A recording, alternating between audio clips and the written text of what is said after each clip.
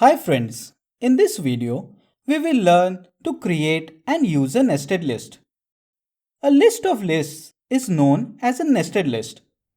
To understand it better, let us create a nested list L containing three items.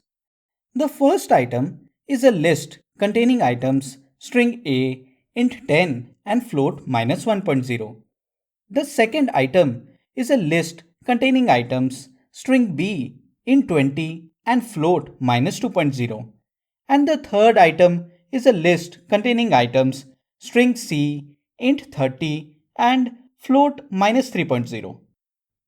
To access the item at jth index of the list at ith index in the list L, we can use the syntax L of ij. For example, to display the third item of second list, we can print L of 1, 2. The output obtained is -2.0. Similarly, to display second item of first list, we can print L of 0, 1. The output obtained is 10.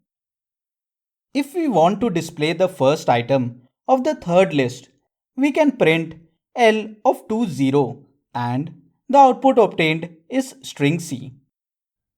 Nested lists are quite useful in representing a dataset where each item is a list containing the attributes of a record.